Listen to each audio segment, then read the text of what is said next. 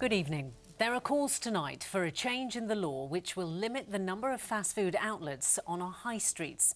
It follows a report which links type 2 diabetes and obesity rates to the number of takeaways in inner cities. The study found there are twice as many fast food outlets near homes in non-white and socially deprived communities, and it's claimed this may be linked to type 2 diabetes and obesity. Andy Bevan reports. This is a common sight in many of our towns and cities. According to a new report from the University of Leicester, there are more fast food outlets in inner city areas with minority ethnic communities, and type 2 diabetes and obesity in those areas can be linked to the number of takeaways near people's homes. The other finding was that we made some estimations here to calculate that for every additional 2 outlets, fast food outlets, within a half a kilometre radius, there was an additional case of diabetes. Professor Khunti says there should be a limit to the number of takeaways on our high streets. You're calling for a change in the law?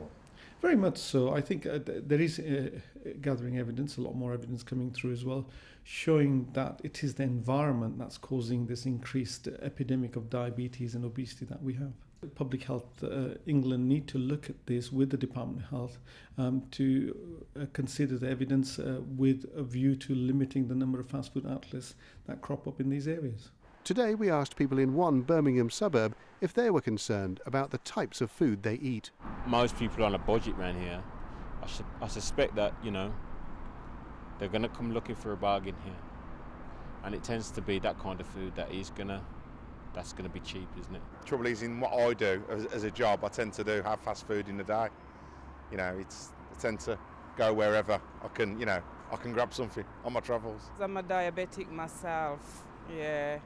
And it is, the more, as you said, the more fast food place around, the more people will buy instead of cooking healthy food and that. Today is World Diabetes Day. Leicester East MP Keith Vaz, himself a type 2 diabetic, officially opened a new diabetes outpatient centre at Leicester General Hospital. The new department brings together 2 clinics previously held at the Leicester Royal Infirmary and the General. We asked Mr Vaz if he believes there should be a limit on the number of fast food outlets given planning permission. I think it's a very important suggestion. I support it. I think anything that gives the opportunity for people to be able to eat in a healthy way is going to be extremely important. So, of course, I back it. 1 in 20 people in the West Midlands has diabetes. All the restaurants and takeaway owners we spoke to told us no one is forced to eat unhealthy food. I just don't think that it's up to an individual. They make the choice on what they want, and then they take it from there. I know a lot of people are worried, but obviously people do need to eat fried as well. So the way we try and do it is we introduce grilled stuff as well, high protein, and so. The number of people with the condition is increasing, and if left untreated, it can lead to other health problems like heart disease and stroke. Andy Bevan, ITV News. Well, earlier I spoke to Dr. WAQAR Malik, who is a diabetes consultant, and Jackie Gretsch from the British Hospitality Association, which represents some food chains and restaurants.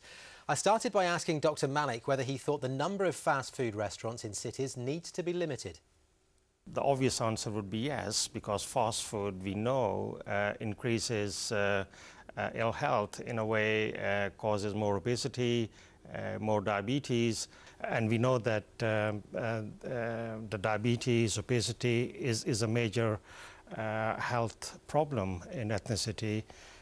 Patients with Southeast Asian origin, they've got a higher prevalence of diabetes, and then they're fed with the diet which predisposes them to that particular illness. Jackie Gretsch is from the British Hospitality Association. She's in our studios in London. Thanks for talking to us, Jackie. Well, there's the argument there. Fast food is bad for you. We all know that. So we need to limit it. And companies like the ones you represent need to be regulated more strictly. I would say the real issue is teaching our young people and adults how to understand nutrition information.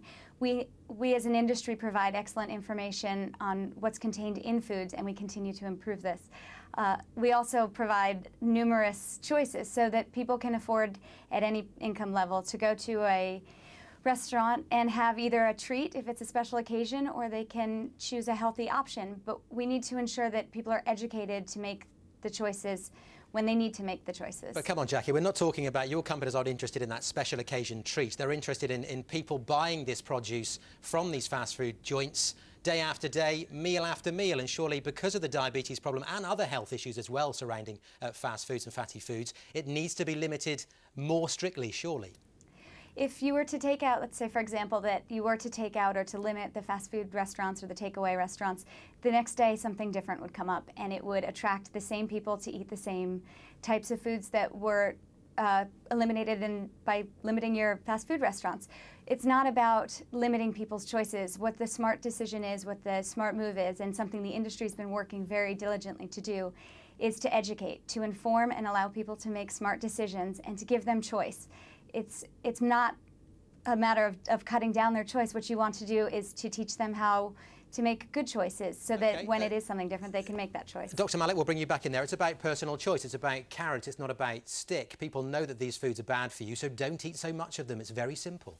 Yeah, I think there isn't an informed choice. I think there's so much advertisement about the fast food, especially with the big fast food industry, and the healthy choices, what the health hazards of that fast food are not promoted as much as they should.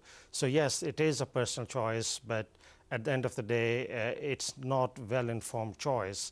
And moreover, what's been said, that yes, some of the big restaurants may give some healthy options. What we are talking about, as soon as the children in those inner city go out of the school, they will see 3 or 4 fast food restaurants, and those fast food, small fast food restaurants do not necessarily have those healthy choices. OK, Dr. Malik, we have to leave it there. Jackie Gretsch in London, thank you very much for joining us on the programme. Thank you. So that's what the professionals think, and you've been getting in touch with your views on our Facebook page. Let's start with Rachel Faulkner from Birmingham, who said there has been a ridiculous rise in takeaway outlets.